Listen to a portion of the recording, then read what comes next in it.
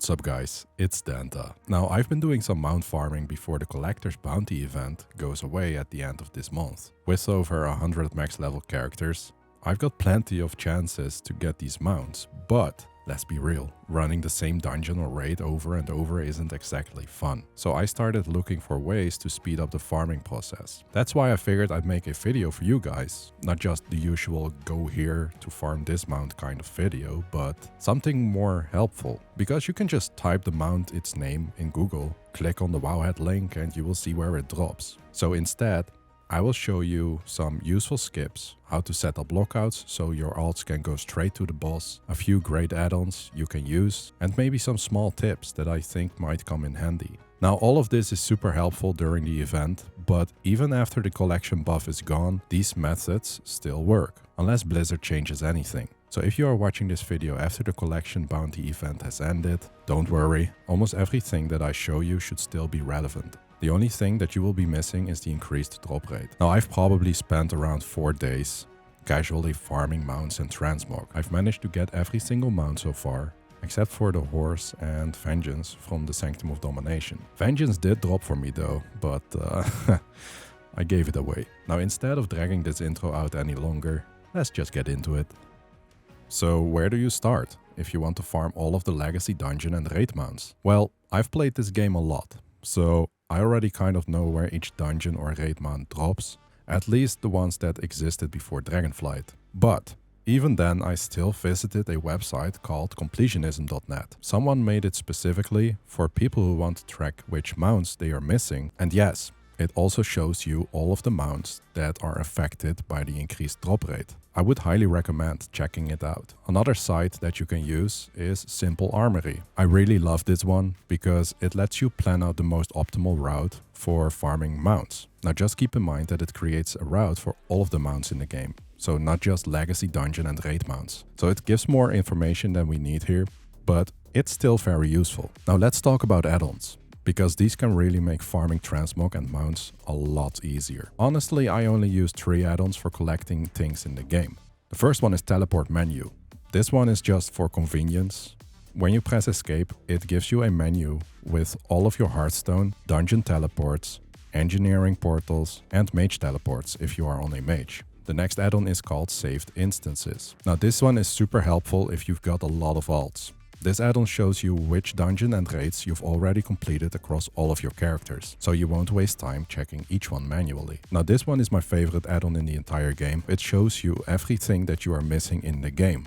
Not just mounts, but also transmog, toys, pets, achievements, everything. If you are a collector like me, you definitely need this add-on. Now, even though these add-ons help a lot, the biggest thing that will make farming easier is having multiple characters. More alts equals more chances per reset. I know. Easier said than done, right? But here's the good news. You don't need to level them all the way up to level 80. You can farm most of these older content raids and dungeon mounts on a level 70, at least up to Shadowlands. And for those who haven't seen it yet, the leveling event is active again. Now because of this, you can easily level a character to level 70 in around 2 hours. So if you are thinking of making a few more alts just for farming, this might be a great time to do so. And hey, if you are interested, I've got a specific leveling guide for it linked in the description below. Now one last thing, I know that Legion has a lot of cool mounts, especially the Ursul, which is made out of Draenei bodies. It's really cool, but with Legion Remix coming out soon, you might want to focus on mounts and items from the other expansions first. So let's talk about skips for certain dungeons and raids. There are actually a few different kinds, so let's go over them. So first up we have raid quest skips. Almost every raid after Siege of Orgrimmar has a quest that you can complete which will unlock a skip, usually to the last boss or the second to last boss. Once you complete the quest, the skip is unlocked for all of your characters. Now each difficulty has its own version of the quest, but I believe if you complete it on the highest difficulty, so Mythic, it also unlocks the skip for the lower ones. Now when it comes to farming mounts, the most useful raid skip quests are from Blackrock Foundry, Hellfire Citadel, Emerald Nightmare if you are farming Xavius' Shoulders, the Nighthold, Antaurus, Ny'alotha, Sanctum, and Sepulchre. Now that all sounds great, skipping straight to the final boss, right? But here's the problem. To unlock these skips, you need to collect 4 items from the raid. And since the quests aren't account-wide or warbound, except for one, you have to run the raid 4 weeks in a row to complete it. This is something that I really wish Blizzard had looked into before launching the collection buff event, because if you are a new player or you haven't done any of these quests yet, you will need to run, for example, all of Ny'alotha on every single character if you are trying to farm the jellyfish mount. Now, running it a few times is fine, but after 90 plus runs, I wanted to just bury myself in Korthia and be done with it. I was down bad. But seriously, I hope that Blizzard is going to change this someday. Now, for some reason, the Blackrock Foundry and Emerald Nightmare skip quests can be completed in a single day. The Blackrock Foundry skip is actually warbound, so if you get the skip quest after killing the Iron Maidens and run the raid with 4 different characters, you will get all 4 required items in one day and unlock the Black Hand skip. I have no idea why this isn't the case for all legacy raids. I absolutely have no clue. Now, for the Emerald Nightmare, I completed the raid on Mythic with just 1 character and somehow got all 4 quest items instantly. No idea why that happened either, but I'll take it. It definitely makes farming Xavier's shoulders way easier. Then we also have skips for Siege of Orgrimmar and the Battle for Danta Allseer, which actually don't require a quest. If you didn't buy the Garrosh mount from Mob Remix and still have to farm it, Blizzard added a built-in skip directly to Garrosh if you've completed the raid on Mythic at least once. All you have to do is just enter the raid and click on the scroll to your right, next to Lore Walker Cho. The same thing goes for the Battle of Danta Allseer raid. Once you've killed Jaina on Mythic at least once, an NPC will appear when you enter the raid. All you have to do is talk to him and you will be teleported straight to Jaina. So, that's it for the raid quest skips. Now let's move on to boss skips. These are skips where you either run straight to the final boss or take some creative shortcuts using certain game mechanics to get to the boss faster. Now, a great example is the famous Demon Hunter chain skip in Black Temple. So to do this, you will need to be on a Demon Hunter, obviously. Now, after killing the second boss, you will enter a huge ass room. As soon as you enter it, take an immediate left and head straight to the large chain in the corner. Here's where the skip starts. Use your double jump and vengeful retreat to land on top of the chain. Once you are on it, just slowly work your way up by double jumping along the chain. Eventually you will be able to turn around and see a platform filled with blood elves. Just jump off the chain and land on the platform. From there you can quickly make your way to Illidan, skipping a big chunk of the raid. Then we have the Ragnaros skip in Firelands. Now, the nice thing about this one is that it works with any class. All you have to do is head straight to RNGEZUS, which is this Firebird boss. When she becomes active, just aggro her and wait. Eventually you will see feathers laying on the ground. All you have to do is just pick up 3 feathers. After that, you will gain the ability to fly around the raid. Once you've collected these 3 feathers, go ahead and kill her. Then make your way to Belrock, the gatekeeper. From there you can actually fly over the gap where the bridge to Ragnaros would normally spawn, letting you reach him immediately. Now just keep in mind that you have 30 seconds before the buff wears off and causes you to fall. And if you try to fly straight to Ragnaros from RNGEZUS platform instead of Belrock's, you will hit an invisible wall. So always go from the gatekeeper's side. Then we have a skip that I use all of the time when I'm boosting myself during TBC time walking. For this you are going to need a Demon Hunter. Now the dungeon can already be cleared pretty fast, but if you want to farm the White Hawk Strider from Kel'Thas in Magister's Terrace in under 2 minutes, here's what you do. As you see the first set of enemies, look immediately to your left. There is an orange crystal. Just jump on it, then double jump and glide forward. Instantly press Vengeful Retreat, and after you do this, you will launch yourself over an invisible barrier, letting you skip most of the dungeon. From there, all you have to do is just kill the second to last boss and you can head straight to Kel'Thas. Now if you want to skip the RP, make sure to attack him without killing the enemy pack in front of him. So for Dragon Soul, there's not really a huge skip, but there is one trick that can speed up farming the 3 mounts that drop here. After you've killed the first 3 bosses, you will take a dragon up the tower. Normally Caligos starts his RP before opening the portal to Hagera, but what you can do is click the portal to teleport back down, then take the dragon back up again, and when you do that, the portal to Hagera will spawn immediately, skipping all of the RP. Now other than that, there is not much to speed things up, besides running the raid on 25-man Heroic. For those who didn't know, on Heroic you only have to kill 5 Drakes before Ultraxion spawns, and on the Spine of Deathwing, the Amalgamations only need to soak 1 blood before exploding. So yeah, I would definitely recommend doing this on Heroic, especially if you are as unlucky as me and end up running the raid on 70 characters in 1 week, before finally getting all of the mounts. Now a lot of people are farming Mimiron's head, which drops from Yogg-Saron. There are actually 2 really fast ways to farm this mount. Either by using a Demon Hunter or Drektyr to skip more than half of the raid and go straight to Yogg, or by using Lockout Sharing with your alts. Now personally, I think that Lockout Sharing is way better, especially if you have a bunch of alts, but I will talk more about that later in the video. For now, let me show you how to skip straight to Yogg-Saron after killing the giant boss using a Demon Hunter. So here's how to do it. After killing the boss, you want to jump onto his head. Then you want to double jump and dash forward. Then turn slightly so your back is facing the middle of the room, and use Vengeful Retreat. I highly recommend taking the Aldrachi Reaver talent tree, so you can get 2 charges of Vengeful Retreat. After that, dash forward again and glide straight through the wall. If you do this correctly, you will land on top of General Vezix. All you have to do is just kill him and make your way to Yogg-Saron. Another mount that a lot of people are after is Sharkbait, which drops from the last boss in Freehold. The good news is that you can actually skip every boss and head straight to the final one. All you have to do is just mount up and make your way straight to the last boss. Now to avoid being teleported back during the run, you might want to kill the enemy standing at the start of the first bridge. That usually prevents getting teleported back. So then we've got 2 more dungeon mounts you can farm by just skipping bosses and heading straight to the one that drops it. First up is the blue Proto-Drake that drops from Skadi in Utgard Pinnacle on Heroic. You can skip the first 2 bosses and just run straight to him. It is actually super easy to farm this mount now. The other one is the Underrot Krog, which drops from the final boss in the Underrot on Mythic. For this mount you also can skip every boss and just immediately head straight to the last one. Now it's time for probably the most farmed raid right now, Icecrown Citadel. There is a skip here that lets you go straight to Sindragosa after killing Blood Queen Lanathel, which is pretty nice if you don't have any alts. All you have to do is kill the Blood Queen, then glide through the wall and fly all the way over to Sindragosa's platform. You can basically do this with any class that has Slowfall. However, if you do have a bunch of alts and really want to farm ICC efficiently, then Lockout Sharing will save you a lot more time. Alright, so that's it for the boss skips.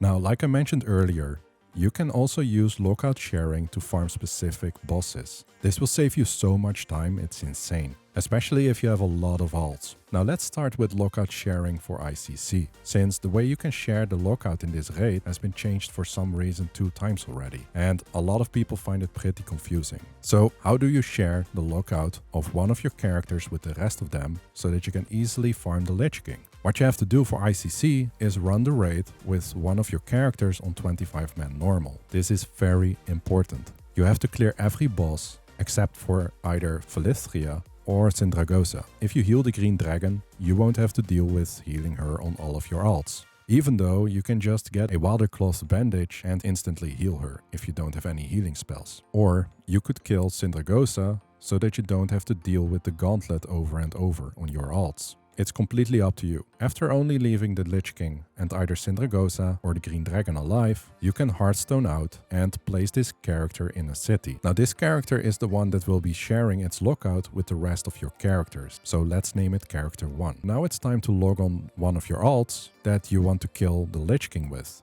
Let's name this one Character 2. Make your way to ICC, set the difficulty to 25-man Heroic, this is also very important, then kill the first boss. This will basically lock Character 2 to the 25-man Heroic difficulty. You then have to run out of the raid and log back in on Character 1. Now, just a tip to quickly log in on different characters. I recommend using 2 WoW clients, so that you can simply Alt-Tab and press Reconnect, which then forces your character to disconnect, so that you can log on a different character way faster. When you are on Character 1, you want to create a group in the custom group finder. Name it something that you can find on your alts. After creating the group, log out and log back in on Character 2, which is the one that's going to kill the Lich King. and apply for the group that has been created. You have 1 or 2 minutes to do so before the group gets delisted. After applying, relog on character 1 and accept the application. Now relog back on character 2 to accept the invite.